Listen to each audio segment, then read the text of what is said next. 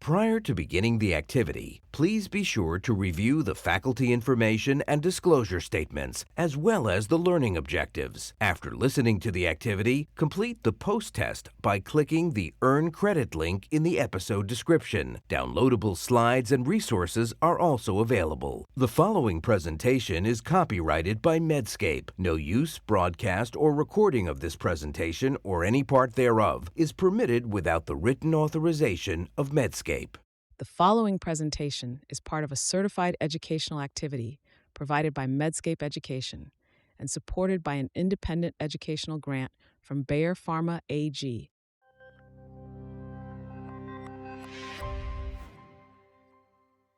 Hello, I'm Aurelio Somlin. I'm a medical oncologist working at the Oncozentrum in Zurich in Switzerland. I only treat patients with genitourinary cancers, and I welcome you to this program entitled The Hidden Hurdle: Practical Insights on Drug-Drug Interactions in Prostate Cancer Management. In this first segment, we will look at why drug-drug interactions matter in prostate cancer management. When I do talks, I often use this treatment landscape of advanced prostate cancer to highlight where we are at the moment in 2025 with the available treatment options. And you see, I have three big categories of patients, and we will in particular look at AR pathway inhibitors in the locally advanced prostate cancer space. At the moment, abiraterone is here placed in combination with ADT and radiation. Then the metastatic hormone-sensitive space, or even the non-metastatic high-risk patients based on the EMBARK data. Here we have a lot of ARPIs and that are approved, that we use in daily practice in combination with ADT. Mainly it's abiraterone, apalutamide, darolutamide, enzalutamide, and now also combinations with docetaxel or with the PARP inhibitor niraparib. In metastatic CRPC and non-metastatic CRPC, we have the same drugs that are approved and that we can use in daily practice. It's enzalutamide, apalutamide, and darolutamide for the non-metastatic CRPC patients, and the other, all these drugs, including abiraterone, for patients with metastatic CRPC. Of course, we know about the cross-resistance between the AR pathway inhibitors. So often when we have used one, for example, in hormone-sensitive disease, we wouldn't use the same or a similar one in mCRPC. Prostate cancer patients in Switzerland are diagnosed with a median age of 70, and I'm quite sure this is very similar across many countries around the globe. It's a disease often of elderly patients, and in this very nice data registry from Denmark, we see comorbidities of patients with different diseases, and I highlighted prostate cancer patients. And you see that they have a significant amount of, especially cardiovascular, pre-existing disease already at diagnosis, but also other comorbidities, including also cerebral, for example, dementia, depression, Parkinson's disease. And so across the disease spectrum, we have several comorbidities, and often they of course come also with co-medications. And I found this very intuitive and nice to look at SEER data analysis of patients with prostate cancer age 65 or more. And you see that 45.6% of these patients had no polypharmacy, here defined as 0 to 4 prescription drugs. But even these 1, 2, 3, or 4 drugs could be relevant when we talk about drug-drug interactions.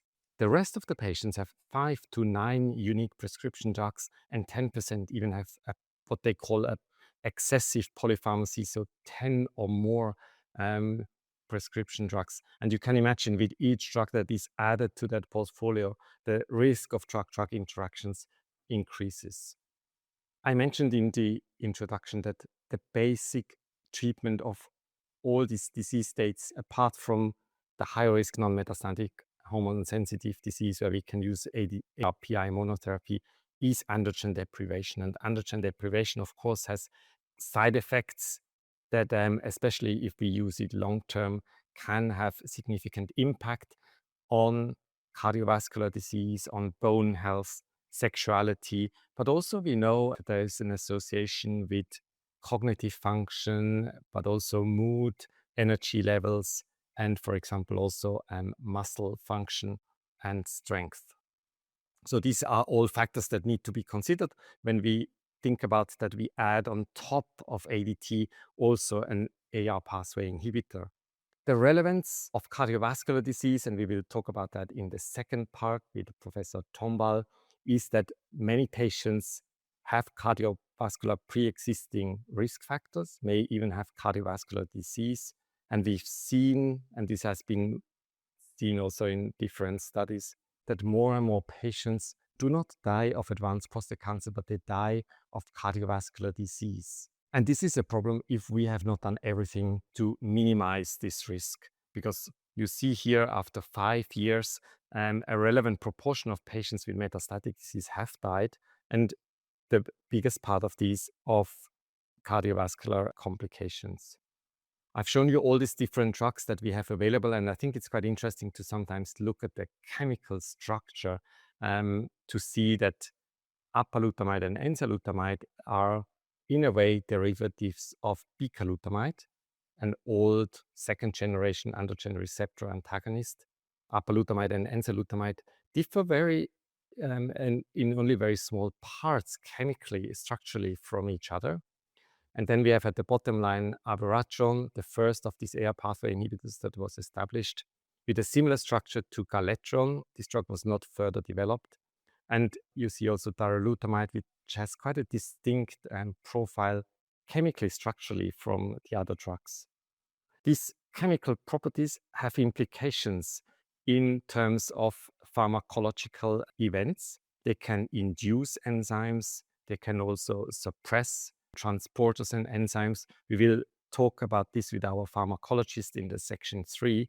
But it's, I think, a good thing to remember that structurally these drugs are mostly different, apart from enzalutamide and apalutamide, but they have distinct chemical properties.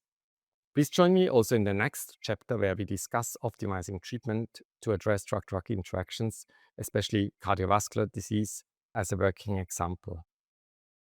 So, hello everybody and welcome back. I am Bertrand Tombal, chairman of the Department of Surgery at the Clinique Universitaire Saint-Luc in Brussels, Belgium.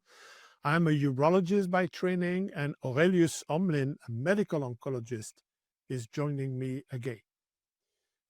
In this second chapter, we will be discussing how to optimize treatment to address drug-drug interaction, not only from the cancer side, but also from the cardiovascular toxicity side.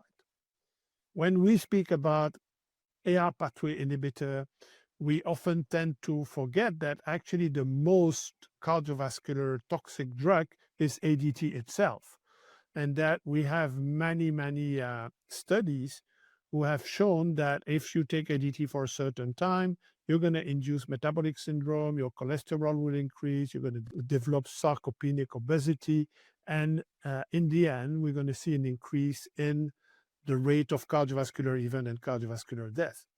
A very important observation is that actually we may increase all these phenomenon when we're doing doublet treatment, whether it's ABI, ENZA, APA, DARO. There may be difference between the drug. We're going to discuss that with Aurelius in a moment.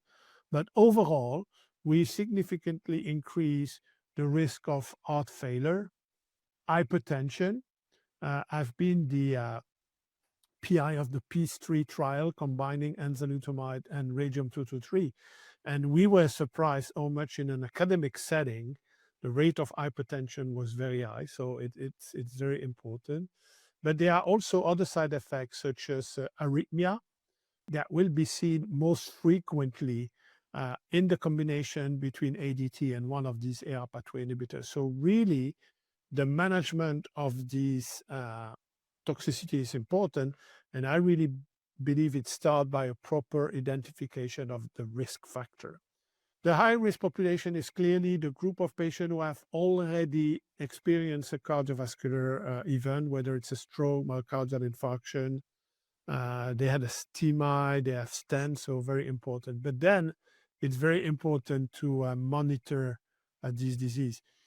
Honestly, when you start somebody on ADT plus darolutamide, you're really expecting your PSA to decrease, your testosterone to go down, but that's not the only thing you should measure. You should measure lipids, blood pressure, BMI, fasting glucose. So that's very important. Please, in case of any doubt, refer to a cardiologist, refer to an endocrinologist, because otherwise we may actually rapidly lose the benefit of the combination of treatment. And we have no indication, especially in a population we will discuss later on, which is the elderly population, of an increased risk of cardiovascular disease that may make us lose a lot of the benefit on the prostate cancer cell. So I've been speaking enough. Aurelius, you have prepared a case. So we're going to go in the discussion, starting with a case and see how we should manage this patient. Excellent. Thank you very much, Bertrand. This is a patient I've seen yesterday, in fact, and he was 77 years at diagnosis with a locally advanced prostate cancer, PT3. He had surgery. He was treated here in Switzerland with a Gleason score of 4 + 5 = 9. 2 years later, he had a diagnostic laparoscopy because of a goblet cell carcinoma of the appendix, and samples were taken with peritoneal biopsies at a PSA of 0.23, and they revealed metastasis of adenocarcinoma of the prostate. In November 2022, he did not want to do anything. He came to our clinic in August 2023 with a PSA of now 10.9 and normal testosterone. And on PSMA PET, you can see that the bottom in the pelvis, these are all peritoneal deposits and some smaller lymph node metastases. He was not symptomatic from the peritoneal disease. I guess so far so good. This patient has a quite impressive list of medications. And the reason is that he has really severe cardiovascular disease, coronary heart disease. He has an implanted defibrillator because he had multiple episodes already of arrhythmias. And he has an ejection fraction of about 35%. So when it comes to the discussion, the question was really, do we treat or not? Because he said, my heart is very important. I'm every 6 months with my cardiologist. He does always an echocardiography to see how the ejection fraction is. I don't want to die of my heart disease. And can you help me? And we had to discuss the goal of treatment. Bertrand. No, I think it's an important question. Maybe not for that guy, because as you show, he's got a peritoneal carcinomatosis. But keep in mind, we may have had that discussion. So somebody with super high risk localized disease, like, stampede patient, for which most of us, for decade, we would not have discussed the case. We would probably not even have had asked the medication before we would have injected the NHRH agonist. So I think that the discussion is really important. And I see a list of drugs there that could be actually severely decreased or increased with drugs that, like relugolix, like enzalutamide, like apalutamide. So indeed, it's very important to discuss the goal of the treatment with this patient. So assuming, because usually the patient is say, okay, I don't want to die, neither for my cancer and neither for my heart. So, and you are the doctor, what you propose? So what would you propose here? Would you send the guy to the cardiologist? Or at least would you discuss upfront with the cardiologist a common treatment? I did. In fact, in this case, because of that really significant cardiovascular history, I asked the cardiologist, I said, I would like to use an LHRH antagonist because that's probably the safest option in such a patient. And of course, the cardiologist would never say probably no to a treatment of a metastatic cancer. But he said he would increase the monitoring and then see the patient more frequently. And well, because here the patient is still fit, but what do you do in terms of pre-screening? So far we spoke about cardiovascular screening, but do you regularly send the patient to a full oncogeriatric assessment, or would you recommend like a standard test or something like this? So we established this geriatric screening with a G8 score and the minicoc, and the nurses do that. They actually really like doing it, and this patient was vulnerable because he has already medications which add to some points. He's now 79 at this point. Yes, we do that regularly, and I think it's very helpful. If the patient has multiple risk factors, we do send them for a geriatric evaluation, but this takes a bit longer, and then I get a very long report, which may be helpful. Yeah, but usually it's a little bit like the one from the cardiologist. Yes, you may aggravate, especially cognitive decline, that may be severely aggravated by hormone therapy. But at the same time, you have cancer and you have no other option than to treat that patient. So for patient like this, 79, we may expect a G-score around 9, 10, something like this, best case scenario. What would be your favorite option in a patient like this? So in combination with ADT. Yeah, what treatment would you say? No, I would use ADT and one of the AR pathway inhibitor. Which one would you choose? I think the safest option would be darolutamide in this scenario, based on the drug-drug interaction checks and also based on the safety cardiovascular and safety profile. Would you agree?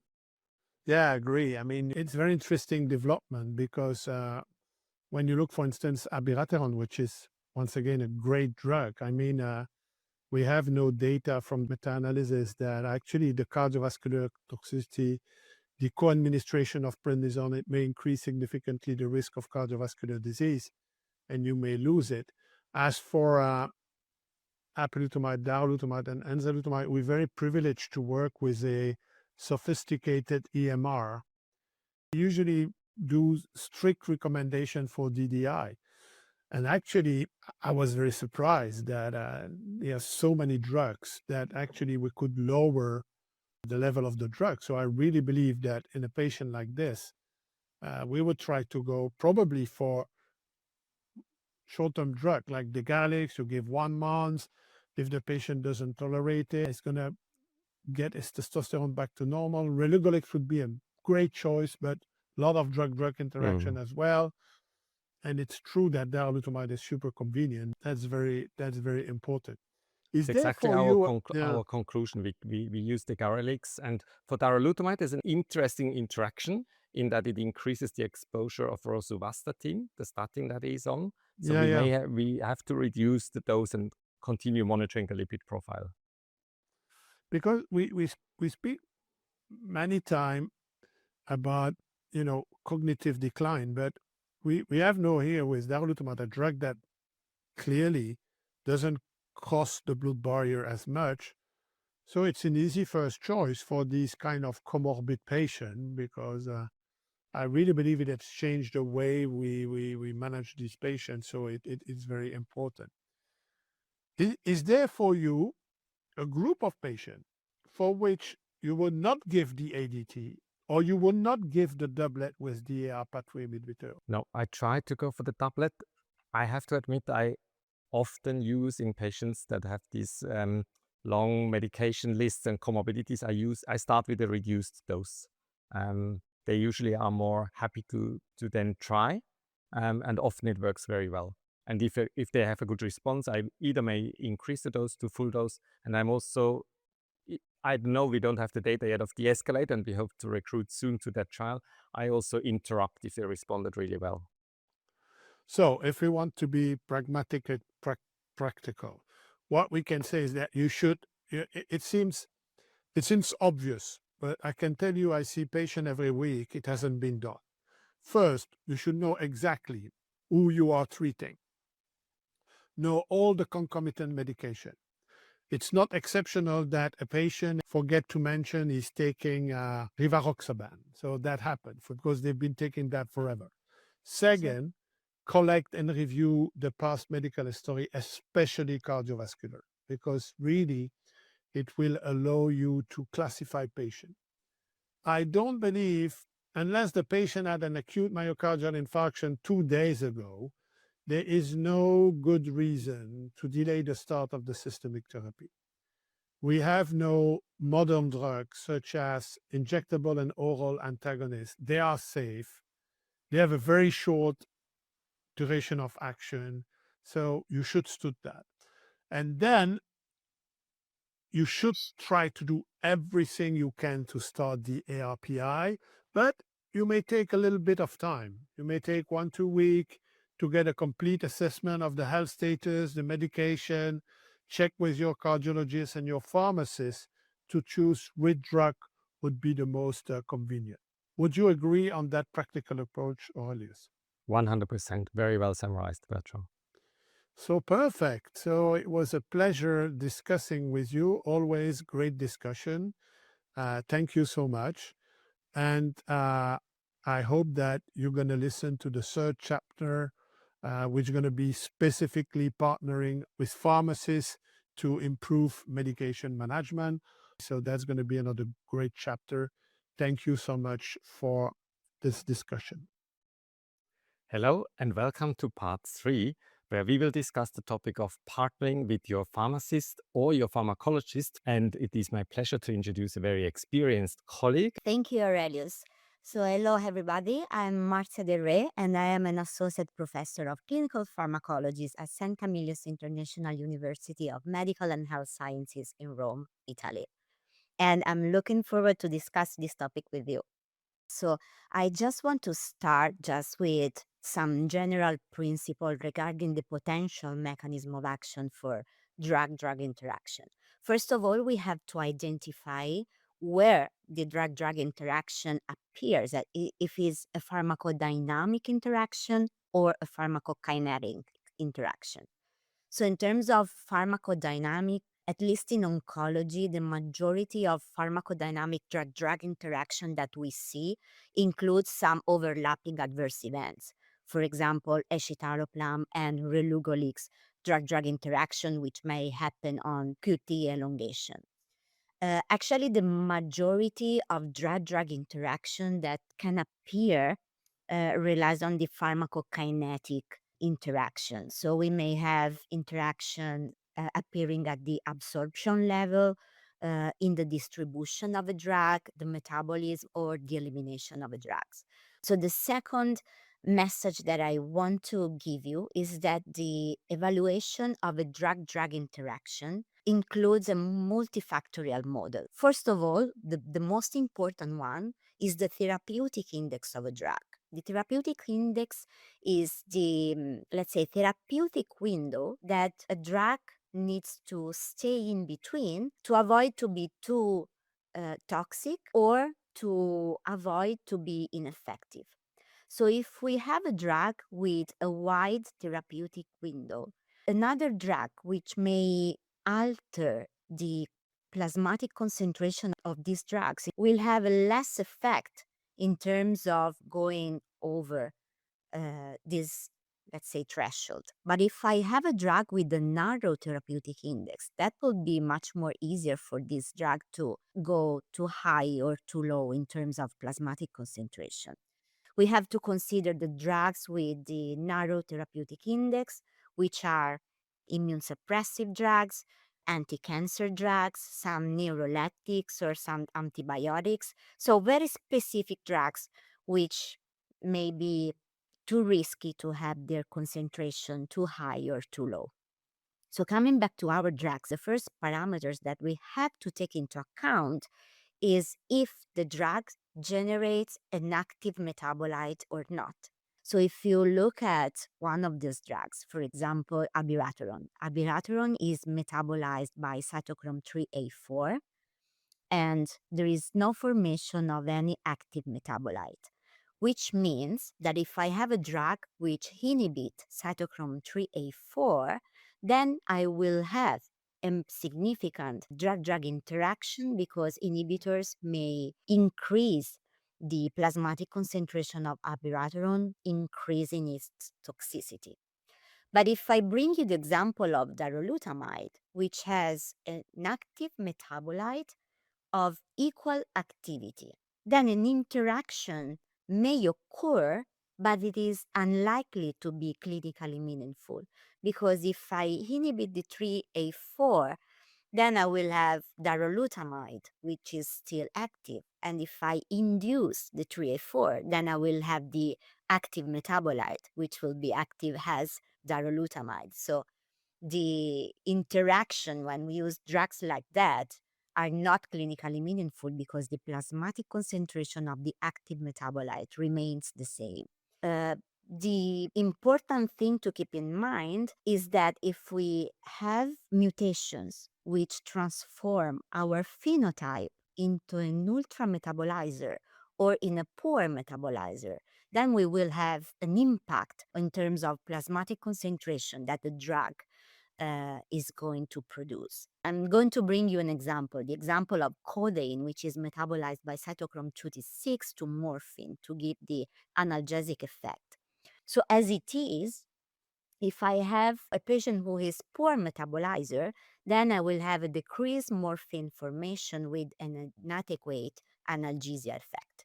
But if I have an ultra rapid metabolizer, then I will have an increasing morphine formation and I am risk the opioid intoxication. We talk a lot about drug-drug interaction, but we do not have to forget that we may also have drug-food interaction or interaction with supplement, diet supplement, or herbal medicine. In this period, there is a lot of patients that are assuming supplements, and sometimes they do not refer to the clinician that they are also assuming something different from the oncological or other drugs. And please do not forget always to consider the medical condition, which may impact the final effect of a drug-drug interaction as the pharmacogenetic does. Wow, this was very interesting, and I feel very humble seeing all these possible factors that can influence each each other. It's clearly more complex than just looking at a table in a publication saying, this drug does this and this drug does that. But let's go into a practical case that I have recently seen. With advanced prostate cancer, he's the typical median age for a patient in Switzerland diagnosed with advanced prostate cancer. No screening was done. He was diagnosed with synchronous, so de novo metastatic disease, a high PSA and an aggressive phenotype on the biopsy. On PET-CT, clearly extensive bone metastatic disease. And he has a past medical history with a deep vein thrombosis. So he's on an oral anticoagulant, rivaroxaban. He has also coronary artery disease and arterial hypertension. He's on lisinopril, atorvastatin, and aspirin. Now, I would like to ask you, Marcia, when I start prescribing drugs, we can start the ADT, of course, anytime, but now we have a multitude of additional endocrine options, the AR pathway inhibitors. How do I do that now in daily practice, considering that I have access to a pharmacologist who helps me in this case? Yeah, that's a very interesting case. So, considering rivaroxaban, lisinopril, and atorvastatin, in particular, we have to look at who are the drugs, as I said before, with narrow therapeutic index. So, lisinopril has a wide therapeutic index, so we don't care about lisinopril, but we care about atorvastatin because it has a very narrow therapeutic index. If you want to mention aspirin, that aspirin has a medium, let's say medium narrow therapeutic index. So they are at risk of giving a significant, clinically significant interaction. So atorvastatin is metabolized by cytochrome 3A4, which means that inhibitors of the cytochrome 3A4 may increase the plasmatic concentration of atorvastatin given all the adverse events that are typical of statins. If we look at those drugs, you can clearly see that abiraterone has no effect on cytochrome 3A4, while apalutamide and enzalutamide are inducers of the cytochrome 3A4. What does it mean? It means that they are going to decrease the plasmatic concentration of atorvastatin. So it may happen that it cannot be effective. So what we can do in this situation, if atorvastatin is a must and you cannot change it because this patient is responding to atorvastatin, then we may be lucky because you can monitor the biochemical parameters. If you can change, then I would go for another statin. Basically, all these statins are metabolized by CYP3A4, but I would suggest you to go for a less potent statin in terms of having much more manageable side effect.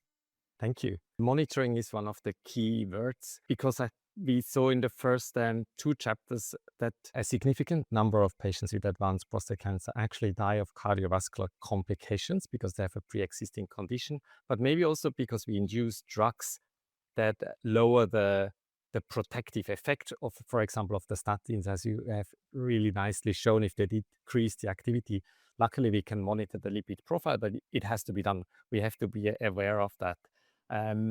How do you work in your daily practice with your oncologist? Do they send you a list of medications? Do they give you the body weight, the lab results, the pharmacogenomic information, which of course would be excellent if we had that, maybe like a blood group? How does that work? Well, actually, we have a service. The clinician can send us the request describing the clinical case with the biochemical information on blood of the patient, all the concomitant drugs, and if they already happen, the adverse event. The pharmacogenetic test is a second step in our daily clinical routine. We only do pharmacogenetics if the adverse event or the, let's say, the not effective of a drug already appeared, just to have a confirmation that there is a genetic imbalance responsible for that.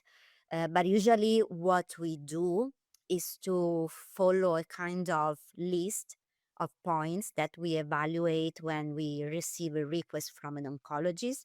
So first of all, the important message that I want to give you is that in case we have a drug-drug interaction, which may also be clinically significant, it is not needed always to change the treatment, but we can also monitoring and trying to follow the patient's second message. We have to choose the most appropriate oncological drug for the patient without thinking at first to the drug-drug interaction. If we are at risk of an interaction, but these patients needs to be treated with these oncological drugs, which has the priority in terms of life-saving control of the disease, we have to go for the drug, and we change the other drugs because we have much more options in terms of cardiovascular agents and diabetics and whatever.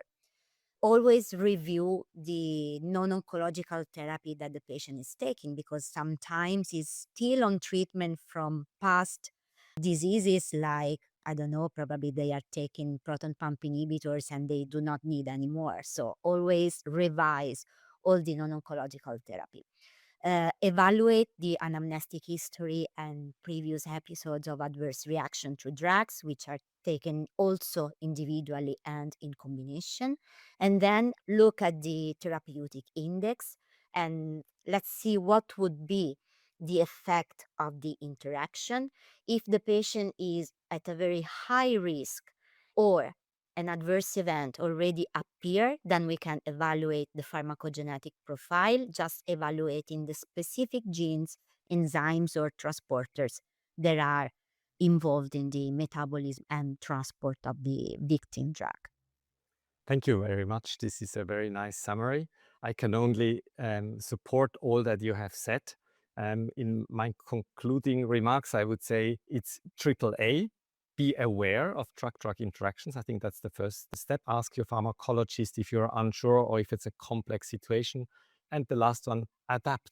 If it doesn't work or if the lipid profile gets worse, then you need to adapt the drugs and maybe also involve a cardio-oncologist to really ensure the patient's welfare on these combination treatments.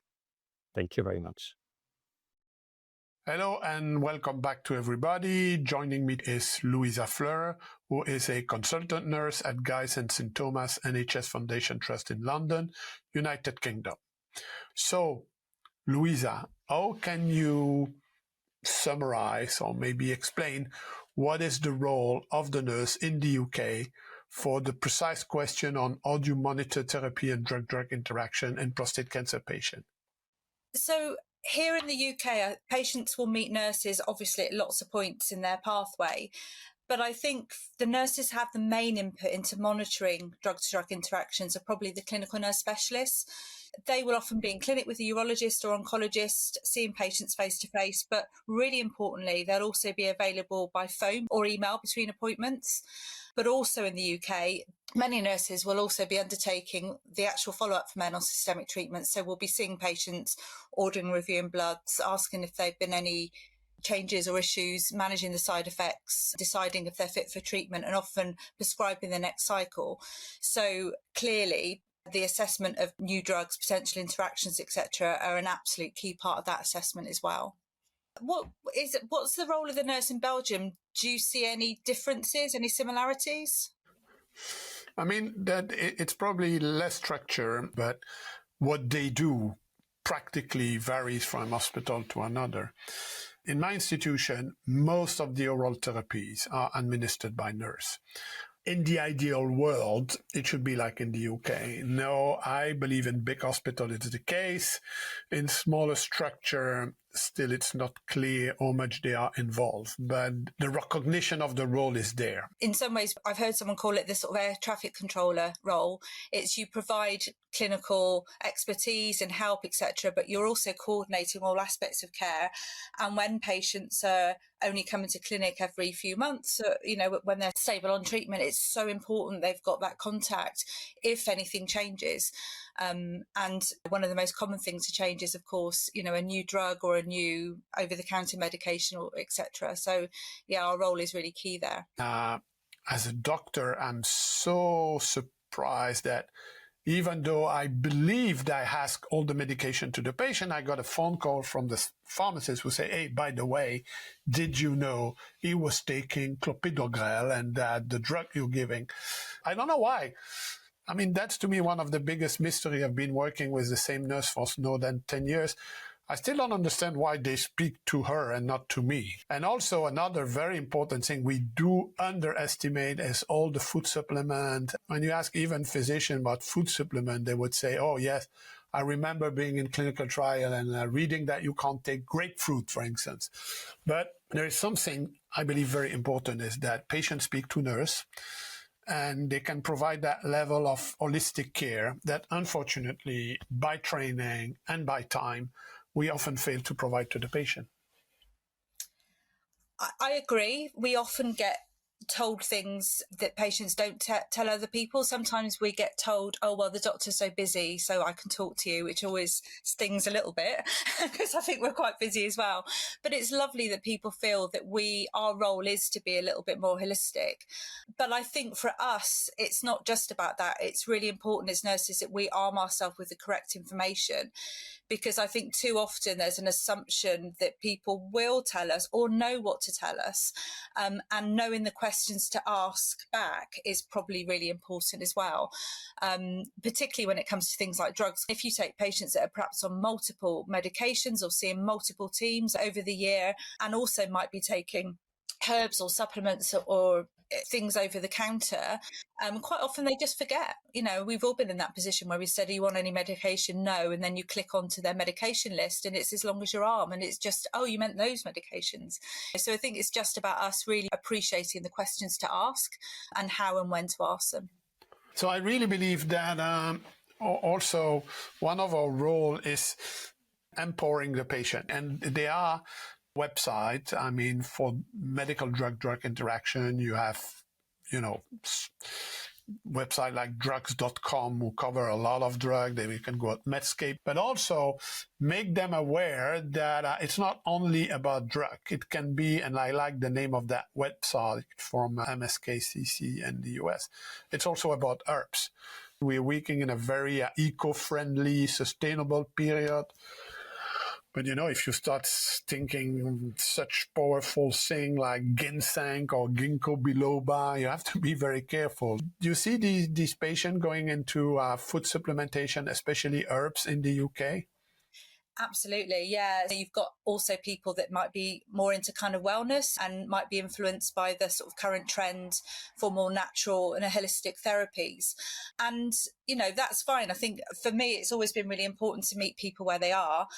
Nobody is going to engage with you if you start telling them what they should and shouldn't do or challenge their belief system. So for me, it's about trying to be as open and non-judgmental as possible to give people the space and the confidence to be able to tell us about what's happening so that we can work with them. You've mentioned before, but I think it's really important to say it again. People don't always think about herbal remedies and over-the-counter medication as well, things that they can buy in the chemist as drugs. So it's really important to be specific. Are you on any medication? Are you getting anything additional at the chemist? What about herbs and supplements? And actually spell it out, because people just don't realise. And the last thing I would say, which I think is really important to remember, is that some people may feel reluctant to tell us or admit that they're using alternative or complementary therapies because they may feel that they're letting us down because they're not putting their full trust in what we're offering as conventional treatment, or they may have had an experience where somebody has maybe belittled them a little bit about their choices. One conclusion of that discussion is that we both very privileged. We have nurse support, so that's easy. What would be your advice for physician who can't access nurse support? Could you say, these are the 3-4 items you should not forget? And it's not going to replace the nurse, but at least that would be the minimum. Yeah, okay. So I think number one, ask. And I know it sounds really obvious, but it's so easy to forget. Ask the question, have there been any changes? Most of us don't retain that much information in a time of high stress. So if we come back and ask at each consult, have there been any medication changes? It reminds a patient that it's important to us, that we're interested, that there is a reason that we're asking. So ask. And then I think the second thing is probably remember that there are lots of reasons why people don't always tell us things. Be aware of those things and kind of mitigate them. And then I think the other thing would be to make sure that we're really aware of our tone and make sure that we're asking those questions and receiving the answers in a non-judgmental way, remembering that this is a relationship and a conversation, and that we can sow very bad seed sometimes by not perhaps respecting patient choices and what they tell us. So I guess that would be it. And then the final thing would probably be look at the wider MDT. I'm obviously a very passionate advocate of the nursing role, but it's very difficult to do our job without our pharmacists in clinic, for example, who are amazing, and other people within the team that may be able to help as well. I mean, what do you think? What would be helpful for you if you didn't have your nursing support? My life would be hell. That's the first thing I can tell you. But I think something you said, which is super important, is if you don't ask, they won't say. So what would you be your key takeaway from the discussion? Well, I guess the obvious one is you need a nurse, isn't it? But I think probably it will be that I think good patient care involves access to the best possible safe treatments. But I think the best care has to also include education and communication, excellent communication, which is personalised to the patient. And a lot of that education and communication takes place outside of appointments times. So you have to have the MDT around you, your nurses, your pharmacists, etc., which are supporting the fantastic steps forwards we've made in medication and care for people with prostate cancer. So a long answer, but that will probably be my take. Yeah, which I can summarize that if you are not working with nurse right now, this is really something you have to discuss in the future, because they're going to make you a better doctor in the end. And that's very important for your patient and very important for yourself. Thank you for this great discussion. I hope you enjoyed that discussion. Thank you for participating to this activity. And please continue to answer the questions that follow and complete the evaluation. Thank you so much. See you soon.